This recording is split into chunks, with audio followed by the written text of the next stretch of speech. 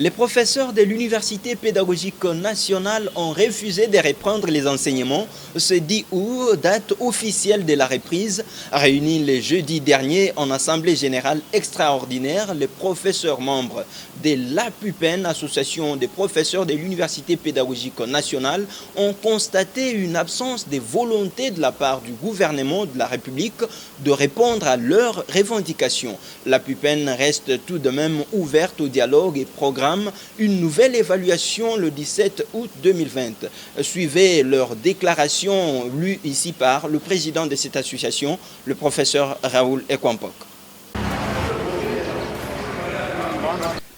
Après audition du dit rapport documenté, suivi des débats et évaluations, il en ressort qu'il s'observe du côté du gouvernement de la République une absence de volonté politique de satisfaire aux revendications de ces derniers, caractérisées par des promesses non tenues.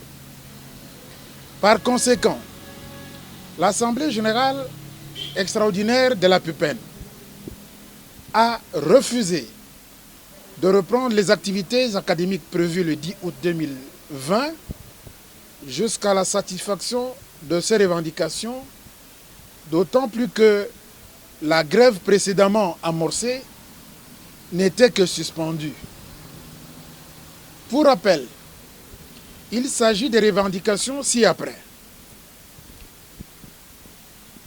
Premièrement, le paiement d'un salaire décent fixé selon le standard de l'UNESCO, indexé au taux du jour en monnaie forte comme le dollar et qui tienne compte du coût de la vie et de l'amélioration des conditions de travail.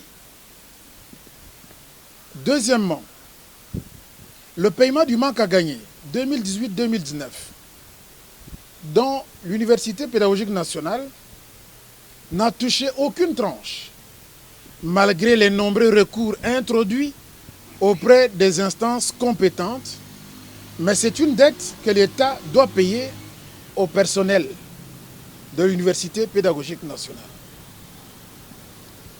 Troisièmement, la mécanisation des nouvelles unités, déjà matriculées et en service depuis 2, 3, 4, voire 5 ans, mais toujours appelées abusivement nouvelles unités et toujours impayées.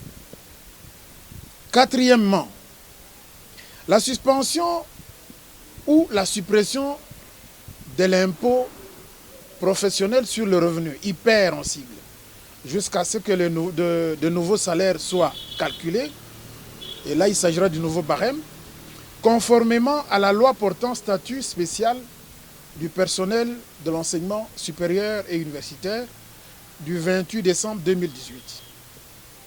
Cinquièmement, le paiement du trop perçu sur le crédit véhicule, dette que le gouvernement de la République doit aux professeurs bénéficiaires, en souffrant depuis 2015, maintes fois budgétisé et programmé, maintes fois non exécuté pour des raisons inavouées.